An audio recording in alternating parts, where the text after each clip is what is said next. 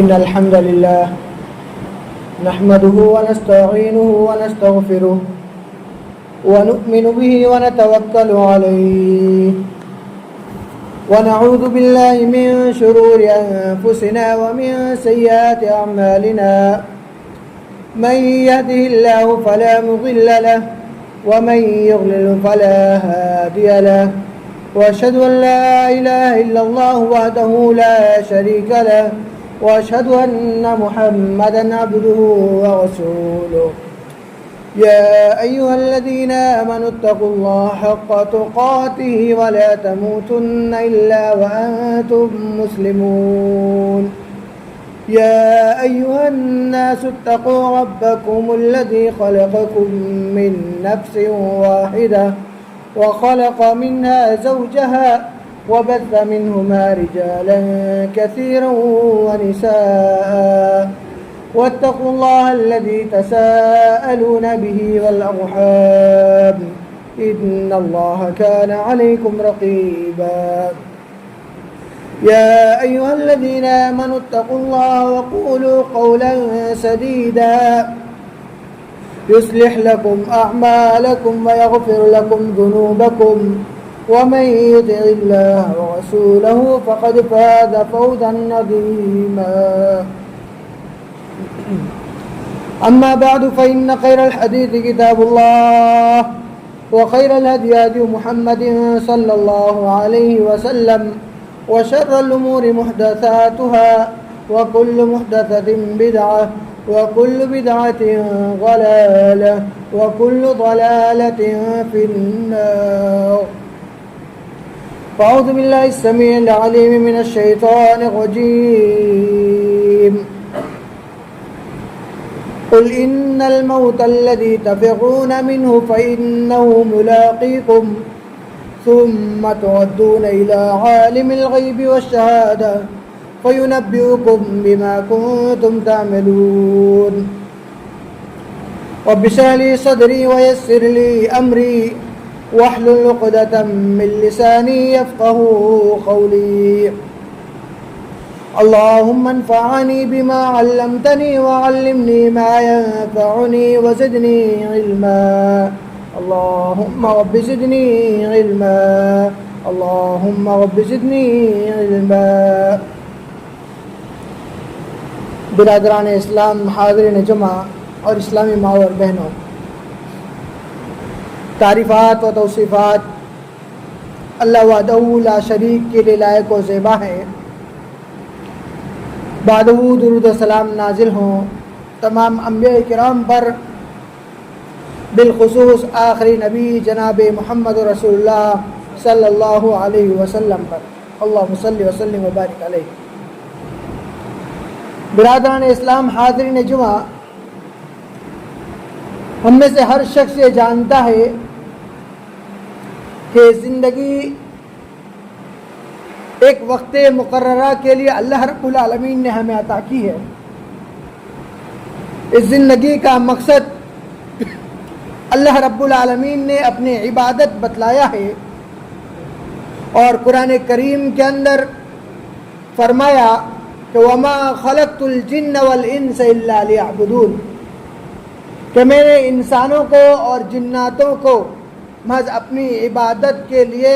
اس دنیا کے اندر پیدا فرمایا. دوسرے ایک مقام پر اللہ رب العالمین نے اس زندگی کے متعلق فرمایا کہ الذی خلق الموت والحیات لیبلوکم ایکم احسن عملا، کہ میں نے زندگی کو اور موت کو، یعنی زندگی کے بعد موت کو اس لیے بنایا لیبلوکم ایکم احسن عملا، تاکہ میں تم کو آزماؤں کہ تم میں سے بہترین عمل والا کون ہے. ہم کو آزمائے جائیں کہ ہم میں عمل کے اعتبار سے بہتر کون ہے. اس لیے اللہ رب العالمین نے زندگی اور موت کو بنایا ہے. ہر شخص یہ جانتا ہے کہ ایک دن فنا ہونا ہے. انسانی زندگی ایک وقت مقررہ کے لیے ہے. جب وقت مقررہ آ جائے گا تو پھر اللہ کو رب العالمین ذرہ برابر بھی کوئی مہلت دینے والا نہیں ہے. اذا جاء اجلهم لا يستاخرون ساعة ولا يستقدمون، جب مقررہ وقت اللہ رب العالمین کا آ جاتا ہے تو ذرہ برابر بھی اللہ رب العالمین اس کے اندر دیری نہیں کرتا، اور نہ ہی اس کے اندر جلدی کی جاتی ہے. اسی طریقے سے مال خرچ کرنے، جنہیں اللہ رب العالمین نے مال دیا ہے اور ان کو خرچ کرنے کی طاقت دی ہے، وہ مال کو نہیں خرچ کرتے ہیں، اور جب وہ موت کو اپنے قریب دیکھتے ہیں تو اللہ رب العالمین سے اس بات کو طلب کرتے ہیں کہ مجھے دوبارہ زندگی دے دے، تاکہ میں فاصدق واکم من الصالحین، تاکہ میں صدقہ کروں اور نیک لوگوں میں سے ہو جاؤں. لہذا معلوم ہوا کہ موت انسان کی زندگی کے ساتھ لازم ملزوم ہے.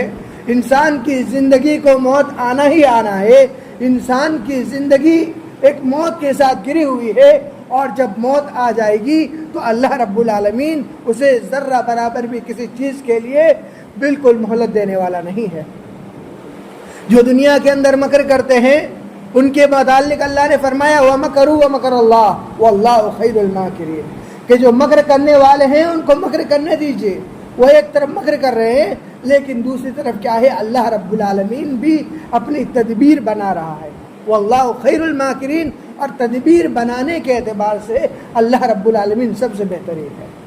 لہذا اس آیت کریمہ کے اندر ذرا غور کیجئے کہ مکر کرنے والے کے متعلق جو اللہ نے فرمایا، جو زندگی کے اندر چال بازیاں چلتے ہیں ان کے متعلق فرمایا، وہ دنیا کے اندر تو چال بازی کرتے ہیں، لیکن اللہ کے سامنے چال بازی کرنے سے پہلے ان کو یہ سوچنا چاہیے کہ اللہ بہترین تدبیر کرنے والا ہے، کہیں سے بھی وہ اللہ کے سامنے چھوٹنے والے نہیں ہیں، کیونکہ موت ایک حقیقت ہے۔ اور اسی طریقے سے یہ موت کو جو بھلا دینے والی ہے، ان چیزوں کے پیچھے ہم بھاگ رہے ہیں، اور اس چیزوں کے بھاگنے کی وجہ سے ہماری زندگی اتنی بیکار ہو چکی ہے کہ ہم صرف اور صرف دنیا داری کے پیچھے بھاگ رہے ہیں، اور ہم اللہ اور اس کے رسول کے فرامین کو بھلا بیٹھے ہیں، اور ہم اس چیز کو بھلا بیٹھے ہیں کہ ہمیں اس دنیا کے اندر کیوں بھیجا گیا ہے، ہمیں دنیا کے اندر بھیجنے کا مقصد کیا ہے۔ ہم نے موت کو اپنی زندگی سے بھلا بیٹھا ہے، حالانکہ اللہ کے رسول صلی اللہ علیہ وسلم نے واضح کلام کے اندر یہ فرما دیا کہ اغتنم خمسن قبل خمسن، کہ 5 چیزوں کو 5 چیزوں سے پہلے غنیمت جانو۔ اس میں فرمایا حیاتک قبل موتک، کہ اپنی زندگی کو موت آنے سے پہلے غنیمت جانو۔ لہذا یہاں سوال یہ اٹھتا ہے کہ انسان کی زندگی کے اندر موت کب آتی ہے؟ آیا اس کے لیے کوئی وقت مقرر ہے یا نہیں ہے؟ تو میرے بھائیوں، اللہ رب العالمین کی ذات ایسی ذات ہے جو ہمیشہ رہنے والی ہے۔ آیت الکرسی ہر شخص پڑھتا ہے، اس کے اندر اللہ رب العالمین کے متعلق یہ کہا گیا کہ اللہ رب العالمین کے حی لا یموت، کہ اللہ رب العالمین کی ذات کیا ہے؟ وہ ہمیشہ زندہ رہنے والی ہے۔ لا تأخذہ سنۃ ولا نوم، کہ اللہ رب العالمین کی ذات ایسی ہے جسے نہ اونگ آتی ہے نہ نیند آتی ہے، وہ ہمیشہ اپنی زندگی کو ہمیشہ رہنے والی ذات ہے۔ لہذا وہ جسے چاہے ماں کے پیٹ کے اندر نطفہ پڑنے ہی نہ دے۔ اللہ رب العالمین چاہے تو ماں کے پیٹ کے اندر نطفہ پڑنے ہی نہ دے، اگر نطفہ پڑ گیا تو 1 مہینے یا 2 مہینے کے اندر اس کو گرا دے، اگر اور سے بھی زیادہ بڑا تو انسان کی سانس پڑنے سے پہلے اس نطفے کو گرا دے۔ یہ اللہ رب العالمین کی چاہت ہے۔ اللہ رب العالمین کی چاہت یہ بھی ہے کہ اس کی زندگی کے اندر سانس پڑ جائے، ماں کے پیٹ کے اندر، اس کے سانس پڑنے کے بعد اللہ رب العالمین اس کی جان لے لے۔ اللہ کی طاقت یہ ہے، اللہ کی چاہت یہ ہے، اللہ اگر چاہے تو اس کے اپنے ماں کے پیٹ سے نکلنے سے پہلے اس کو وفات دے دے۔ اللہ چاہے تو اس کے پیدا ہوتے ہی اللہ رب العالمین وہ روئے اور رونے کے بعد فوراً بعد اسے وفات دے دے۔ ابھی بچپنا ہے، اللہ رب العالمین چاہے تو اس کو وفات دے دے، کبھی 55 کی عمر کو پہنچا ہے، اللہ چاہے تو اسے وفات دے دے۔ لہذا معلوم ہوا کہ انسان کی زندگی کو لینے کا جو پورا حق اللہ رب العالمین کے ہاتھ میں ہے، صرف اور صرف اللہ رب العالمین ہی جانتا ہے کہ انسان کی موت کب آنی ہے۔ اسی لیے اللہ رب العالمین نے قرآن کریم کے اندر جو 5 چیزوں کے بارے میں ذکر کیا کہ اس کا علم اللہ رب العالمین کے علاوہ کسی اور کو نہیں ہے، ان میں سے ایک یہ ہے کہ آدمی کہاں مرے گا اور کس جگہ مرے گا۔ آدمی کی موت کس جگہ ہوگی اور کہاں مرے گا، اس کا علم صرف اور صرف اللہ رب العالمین کو ہے، اللہ کے علاوہ کسی اور کو اس چیز کا علم نہیں ہے۔ یہ غیبی علم میں سے ہے، جو 5 غیبی علم ہے ان میں سے ایک علم یہ ہے کہ اللہ کہاں انسان کی موت ہوگی، کس جگہ پر جا کر ہوگی، وہ اللہ رب العالمین کے پاس ہی ہے۔ لہذا وقت کو غنیمت جانے، جب ہمیں معلوم ہو گیا کہ اس دنیا میں آنے کا ہمارا مقصد یہ ہے کہ ہم اللہ رب العالمین کے اطاعت و فرما برداری کریں، ہمارا دنیا میں آنے کا مقصد یہ ہے کہ ہم اللہ رب العالمین کے عبادت کرتے ہوئے اپنی زندگی گزارے، ہمارا دنیا میں آنے کا مقصد یہ ہے کہ ہم جنت کو حاصل کریں، ہمارا دنیا میں آنے کا مقصد یہ ہے کہ ہم اللہ رب العالمین کی خوشنودی حاصل کر لیں۔ تو میرے بھائیوں، اس مقصد کو سمجھیں اور اپنے مقصد سے نہ بھٹکیں، کیونکہ ہم میں سے لوگ اپنے مقصد سے بھٹک چکے ہیں۔ اس دنیا میں آنے کا مقصد اللہ رب العالمین نے قرآن کریم کے اندر فرما دیا کہ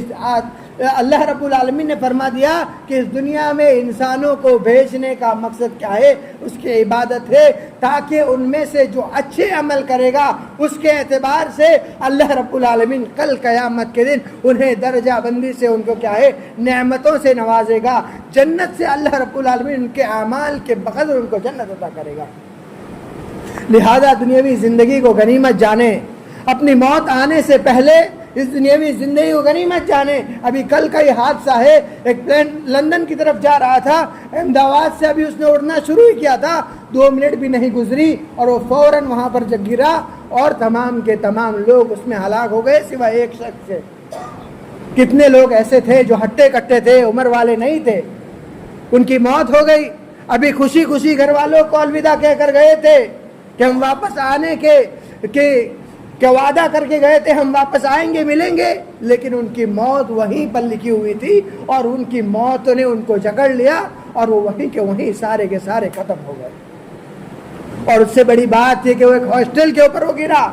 وہاں وہ لوگ کھانا کھا رہے تھے، ان کو بھی نہیں معلوم تھا کہ ہماری موت ہمارے سامنے ہے. اس کے اوپر گرا، اس کے اندر بھی کئی لوگوں کا انتقال ہو گیا، کئی لوگ زخمی ہوئے. لہذا کئی حادثات ایسے ہو جاتے ہیں جس کے لیے انسان کو ہمیشہ تیار رہنا چاہیے. جس طریقے سے اپنے بینک بیلنس کو انسان اس لیے بچا کے رکھتا ہے تاکہ گھر کے اندر کوئی بیمار ہو جائے یا کوئی حادثہ ہو جائے تو اس حادثے کی وجہ سے ہمیں کسی کے سامنے اپنا ہاتھ پھیلانا نہ پڑے، تو اس لیے ہم پیسہ بینک بیلنس کو جمع کر کے رکھتے ہیں تاکہ اس مصیبت کے اندر کام آئے. تو میرے بھائیوں، ذرا غور و فکر کیجئے کہ انسانی زندگی کا جہاں سے خاتمہ ہے وہیں سے آخرت کی ابتدا ہے، رب ذوالجلال کے سامنے حاضر ہونے کی ابتدا ہے. ہم اور آپ نے اس دن کے لیے کیا تیار کر رکھا ہے جس دن ہمیں اللہ رب العالمین کے سامنے حاضر ہونا ہوگا، جس دن پوری کائنات کو اللہ رب العالمین کے سامنے حاضر ہونا ہوگا اور انسان کی زندگی ختم، اس کے اعمال کا دروازہ ختم، سوائے ان اعمال کے 3 قسم کے اعمال کے جس کے بارے میں نبی آخر الزماں جناب محمد رسول اللہ صلی اللہ علیہ وسلم نے فرمایا کہ اذا مات الانسان انقطع عنه عمله الا من 3، کہ جب انسان فوت ہو جاتا ہے، اس کی میت ہو جاتی ہے تو اس کے اعمال کا دروازہ بند کر دیا جاتا ہے، یعنی اس کو کسی چیز کا ثواب نہیں پہنچتا ہے سوائے 3 چیزوں کے. ایک ولد صالح يدعو له، نیک لڑکا، نیک اولاد جو اس کے لیے دعا کرے، اور صدقۃ جاریہ، اور دوسرا صدقہ جاریہ جو اس نے آگے بھیج رکھا ہے، اس صدقے کی وجہ سے اسے اجر و ثواب پہنچتا رہے گا. اور تیسری چیز جو بتلائی وہ یہ کہ اس نے کوئی علم حاصل کیا ہو اور اس علم کی وجہ سے لوگوں کو فائدہ پہنچ رہا ہو. ان 3 قسموں کی وجہ سے اس شخص کو ثواب پہنچتا رہے گا. تو میرے بھائیوں، ذرا غور کیجئے کہ ہماری موت ہماری آنکھوں کے سامنے آ جائے، ہم وفات پا جائے تو ہم نے کل کے لیے، یعنی کل قیامت کے لیے ہم نے کس چیز سے لیے تیاری کر رکھی ہے. ہم اپنے گناہوں کو دیکھیں، اپنے اعمال کو دیکھیں، اپنے نامہ اعمال کو کھنگال کر کے دیکھیں، ہم صبح شام کیا عمل کر رہے ہیں، کیا کام کر رہے ہیں، کیا ہمارے دن کے عمل اللہ رب العالمین کو خوش کرنے والے ہیں، کیا ہمارے رات کے عمل اللہ رب العالمین کو خوش کرنے والے ہیں، کیا ہمارے سب کے سامنے کے عمل اللہ رب العالمین کو خوش کرنے والے ہیں، کیا تنہائی کے ہمارے عمل اللہ رب العالمین کو خوش کرنے والے ہیں، کیا ہمارا والدین کے ساتھ سلوک اللہ رب العالمین کو خوش کرنے والے ہیں، کیا پڑوسیوں کے ساتھ اور دوسرے مسلمانوں کے ساتھ ہمارا سلوک کیا اللہ رب العالمین کو خوش کرنے والے ہیں یا نہیں. اس بات کی ہمیں تلافی کرنا چاہیے، وگرنہ موت ہمارے سامنے کھڑی ہے. جب اللہ رب العالمین کا حکم اسے مل جائے کہ فلاں بندے کی جان لے لو، وہ ہماری ترنت جان لے لی جائے گی، اس میں ذرہ برابر بھی مہلت نہیں دی جائے گی. ہمارے ہاتھ میں صرف ایک ہی چیز رہ جائے گی، وہ یہ کہ ہم پچھتاتے پھریں گے اور آرزو کرتے پھریں گے کہ الہی ہمیں دنیا میں دوبارہ بھیج دیا جائے اور وہاں جا کر کے ہم دوبارہ نیک اعمال کر کے آئیں گے. لیکن وہاں سے اللہ رب العالمین مہلت نہیں دینے والا، ذرہ برابر بھی مہلت نہیں ملنے والی ہے. یہ انسان کی زندگی حتمی زندگی ہے. یہاں اس کے لیے خاتمہ ہوا، اس کی موت ہوئی، اسے دوبارہ اس دنیا کے اندر نہیں بھیجا جائے گا. اور اس کے بعد اس کے سزا و جزا، یعنی قیامت جب قائم ہوگی، اس کے بعد اس کے متعلق فیصلہ کر دیا جائے گا کہ کس کو جنت میں جانا ہے یا جہنم میں جانا ہے. اور اس سے پہلے ہی جب قبر کے اندر چلا جائے گا، اسے سوال جواب ہوگا. سوال جواب کے اندر اگر وہ نیک ہوا تو ٹھیک،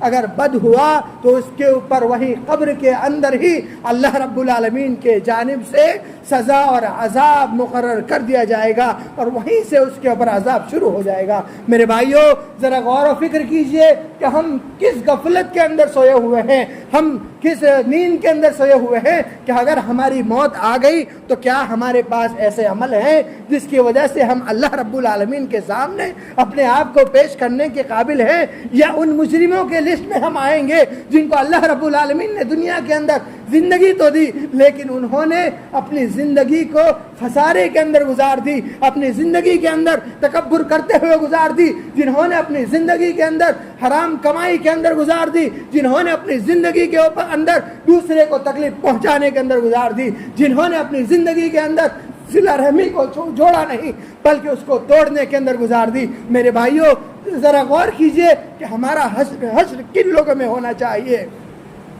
اس کی تیاری ہمیں خود کرنا ہے، کسی کوئی اور ہمیں اس چیز کی تیاری نہیں کرا سکتا۔ یہی وجہ ہے کہ اللہ رب العالمین نے قرآن کریم کے اندر مومنوں کی، انسانوں کی ہدایت کے لیے جو فرمایا وہ یہ کہ تم دیکھو کہ تم نے کل کے لیے کیا تیار کر رکھا ہے، تنظر نفس ما قدمت لغد، کہ تم نے کل کے لیے یعنی قیامت کے لیے کیا تیار کر رکھا ہے، اس چیز کو دیکھو۔ میرے بھائیوں غفلت کی نیند سے اٹھیں اور اس بات کو ہم چھوڑیں کہ لوگ کیا کہیں گے۔ ہم صرف دنیا داری کمانے کے پیچھے پڑے ہوئے ہیں، ہم اس چیز کے پیچھے پڑے ہوئے ہیں کہ تمام لوگ ہمیں اچھا کہے، تمام لوگوں کے اندر ہم اچھے رہے اور تمام لوگوں سے ہم جڑتے ملتے رہتے ہیں، ان کے ساتھ رہے تو ان کے جیسے ہو جاتے ہیں اور ہمارے ساتھ رہے تو ہمارے جیسے ہو جاتے ہیں۔ میرے بھائیوں اللہ رب العالمین کو ایسا مسلمان ہرگز قابل قبول نہیں ہے۔ کیوں؟ اس لیے کہ اللہ رب العالمین کو عبادت کے اندر اور تمام چیزوں کے اندر صرف اور صرف خلوص اور للہیت چاہیے، خلوص اور للہیت چاہیے۔ اور خلوص حضرت ابراہیم علیہ السلام کی زندگی کے اندر تھا۔ انہوں نے غیر اللہ کی عبادت سے انکار کر دیا تو انہیں اللہ رب العالمین نے اپنا سچا دوست بنا لیا اور ان کی طرح ایمان لانے کے لیے کہہ دیا۔ اور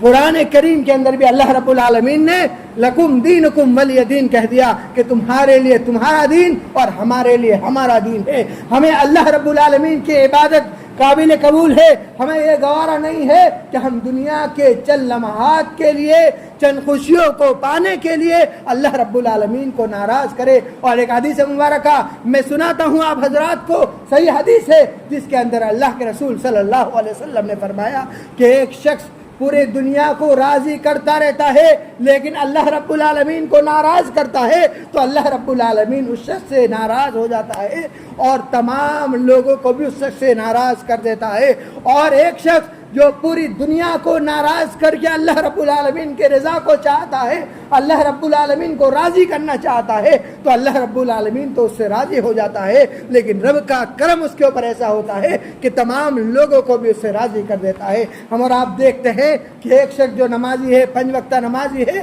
نیک انسان ہے، ہمیں اس شخص سے کسی طریقے سے بغض و عداوت نہیں ہوتا۔ کیوں؟ کیونکہ اس شخص کے اوپر اللہ رب العالمین کا اکرام ہوتا ہے، اللہ رب العالمین کی رحمت اس شخص کے اوپر ہوتی ہے کہ ہم اس کے ساتھ ملنے جلنے کو، اس کے ساتھ بات کرنے کو پسند کرتے ہیں۔ ہمارے دل کو یہ بھاتا ہے، اچھا لگتا ہے کہ وہ اچھا شخص ہے، ہمیں اس شخص سے ملنا چاہیے۔ لیکن اس کے علاوہ دوسرا کوئی شخص مل جائے جو برا ہے یا پھر عام آدمی ہے، ہم اس کو نہیں پہچانتے ہیں تو ہم اس سے دور بھاگنے کی کوشش کرتے ہیں، اس سے سائڈ سے کنارہ کشی کر کے الگ سے چلے جاتے ہیں۔ میرے بھائیوں یہ دنیاوی زندگی ایک مختصر وقت لے کر آئی ہے، اس مختصر سے وقت کے اندر اپنی زندگی کی اصلاح کریں اور اللہ رب العالمین نے جو 5 وقتہ نمازیں فرض کی ہے ان 5 وقتہ نمازوں کی ادائیگی کرے، کیونکہ نماز ایک ایسی چیز ہے جس کے متعلق نبی اکرم صلی اللہ علیہ وسلم نے فرمایا کہ بین العبد و بین الکفر ترک الصلاۃ، کہ بندے اور مومن کے درمیان، بندے مومن اور کافر کے درمیان، اور ایک حدیث کے اندر آتا ہے کہ منافق کے درمیان، منافق اور مومن کے درمیان فرق کرنے والی چیز نماز ہے۔ لہذا نماز کے اوپر دوام برتے اور دنیا اور اپنی موت آنے سے پہلے اپنے آپ کی زندگی کو سنوار لے۔ اور دوسری ایک بات کہ اپنی زندگی کو صرف اپنی زندگی تک محدود نہ رکھیں بلکہ ساتھ ہی ساتھ اپنے گھر والوں کی زندگی بھی ہمارے ساتھ ملی ہوئی ہے، ہمیں اپنی زندگی کے ساتھ اپنے گھر والوں کی زندگی بھی اصلاح کرنی چاہیے، کیونکہ اللہ رب العالمین قرآن کریم کے اندر ارشاد فرماتا ہے کہ تم اپنے آپ کو قو انفسکم واہلیکم نارا، کہ تم اپنے آپ کو اور اپنے اہل و عیال کو جہنم کی آگ سے بچاؤ۔ لہذا ہر شخص کے لیے ضروری اور لازم ہو جاتا ہے کہ جو کچھ بھی یہاں سیکھ کر جائے وہ اپنے گھر والوں کے اندر اس کو بتلائے کہ کیا اللہ رب العالمین کا فرمان ہے، آج اللہ اور اس کے رسول کا کیا فرمان سنایا گیا ہے، اس چیز کو بتلائے، اور تاکہ ہم خود بھی جہنم کی آگ سے بچ سکے اور اپنے اہل و عیال کو بھی جہنم کی آگ سے بچا سکے۔ میرے بھائیوں،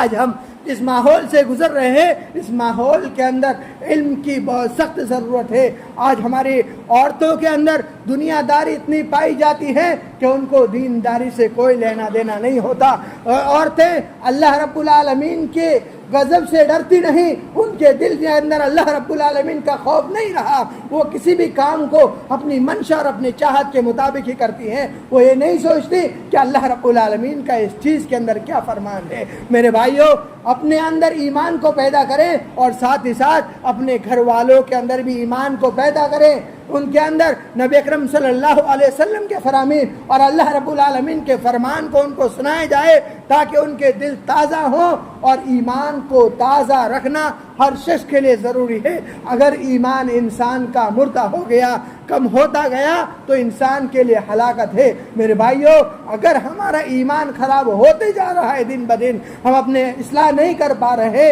اپنے گھر والوں کی اصلاح نہیں کر پا رہے، تو ہمیں اپنے مسلمان ہونے پر غور و فکر کرنا چاہیے کہ ہم مسلمان ہیں بھی یا نہیں۔ لہذا موت آنی ہے، یہ حقیقت ہے، کب آنی ہے کسی کو نہیں معلوم، ایک لمحہ بعد بھی آ سکتی ہے، ایک سیکنڈ بعد بھی آ سکتی ہے، ایک گھنٹے بعد بھی آ سکتی ہے، ایک مہینے بعد بھی آ سکتی ہے، چند سالوں بعد بھی آ سکتی ہے، اور کئی سالوں بعد بھی آ سکتی ہے۔ لہذا اس چیز کا علم صرف اللہ رب العالمین کو ہے، لیکن ہماری ذمہ داری کیا ہے؟ ہر شخص کو یہ اپنے دماغ کے اندر بیٹھانا چاہیے، ہر مرد و زن، ہر مرد اور عورت کو اپنے دماغ کے اندر بیٹھانا چاہیے کہ ہماری اس طویل زندگی سے لے کر ہماری ذمہ داری کیا ہے۔ ہماری ذمہ داری یہ ہے کہ ہم اللہ کو خوش کرنے والے اعمال تیار کر کے رکھیں۔ جس طریقے سے ہم سیفٹی کے لیے تمام چیزوں کو تیار کر کے رکھتے ہیں، اسی طریقے سے قیامت کے دن کی سیفٹی کے لیے ہمیں اپنے اعمال کو پیش کرنا ضروری ہے، اعمال کو تیار رکھنا ضروری ہے، وگرنہ یہ موت، کل نفس ذائقۃ الموت، ہر شخص کو موت کا مزہ چکھنا ہے۔ قل ان الموت الذی تفرون منہ فانہ ملاقیکم، بڑے بڑے اطباء آ گئے، ڈاکٹرز آ گئے، وہ کسی کی موت اگر آئی ہے تو اسے وہ نہیں بچا سکتا، کیونکہ رب ذوالجلال کا فرمان ہے قل ان الموت الذی تفرون منہ، کہ وہ موت جس سے تم بھاگ رہے ہو فانہ ملاقیکم، کہ وہ تم سے کیا ہے؟ مل کر کے رہے گی۔ ثم تردون الی عالم الغیب والشہادہ فینبئکم بما کنتم تعملون۔ اس آیت کریمہ کے دوسرے ٹکڑے کے اندر ذرا غور کیجئے، ثم ینبئکم، کہ وہ تم کو کیا ہے؟ اور ذات کی طرف تمہیں پلٹایا جائے گا، جو کیا ہے؟ قل ان الموت الذی تفرون منہ فانہ ملاقیکم ثم تردون الی عالم الغیب والشہادہ، جو عالم الغیب اور شہادت ہے۔ غیب کا معنی ہوتا ہے کہ جو چھپا ہوا ہے، جس چیز کو انسان نہیں جانتا اس کو غیب کہا جاتا ہے، یعنی جو چیز لوگوں کی آنکھوں سے نہیں دکھ رہی ہے، وہ چیزیں بھی اللہ رب العالمین کو، وہ ذات کے پاس انسانوں کو لوٹایا جائے گا جو ان تمام چیزوں کو جانتا ہے جس کو انسان چھپاتا ہے، اور اس ذات کی طرف لوٹایا جائے گا جو ذات کیا ہے؟ تمام ظاہری اور باطنی چیزوں کو جانتا ہے، اور اللہ رب العالمین خبیر ہے۔ اس کے بعد اللہ رب العالمین کیا ہے؟ بندوں کے درمیان فیصلہ فرمائے گا۔ لہذا موت آنے سے پہلے اپنی زندگی کو غنیمت جانے اور اس کے اندر کیا ہے؟ اپنی آخرت کو سدھارنے کی کوشش کریں اور زیادہ سے زیادہ نیک اعمال کرنے کی کوشش کریں تاکہ اللہ رب العالمین کی رضا حاصل ہو سکے، اور کل قیامت کے دن ہمیں شرمندہ لوگوں کے اندر شامل نہ ہونا پڑے، اور نبی اکرم صلی اللہ علیہ وسلم کے ہاتھوں ہمیں جام کوثر نصیب فرمائے۔ آمین۔ وما علینا الا البلاغ۔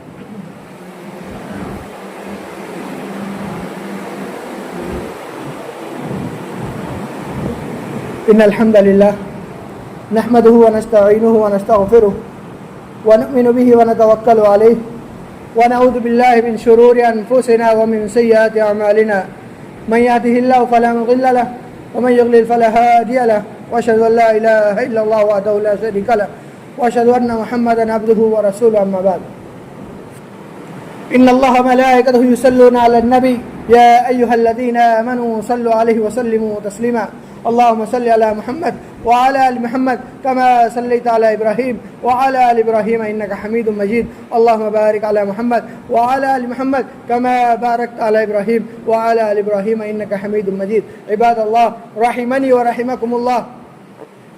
إن الله يأمر بالعدل والإحسان وإيتاء ذي القربى وينهى عن الفحشاء والمنكر والبغي يعظكم لعلكم تذكرون اذكروا الله يذكركم وادعوه يستجب لكم ولذكر الله تعالى أكبر والله يعلم ما تصنعون أقيموا الصلاة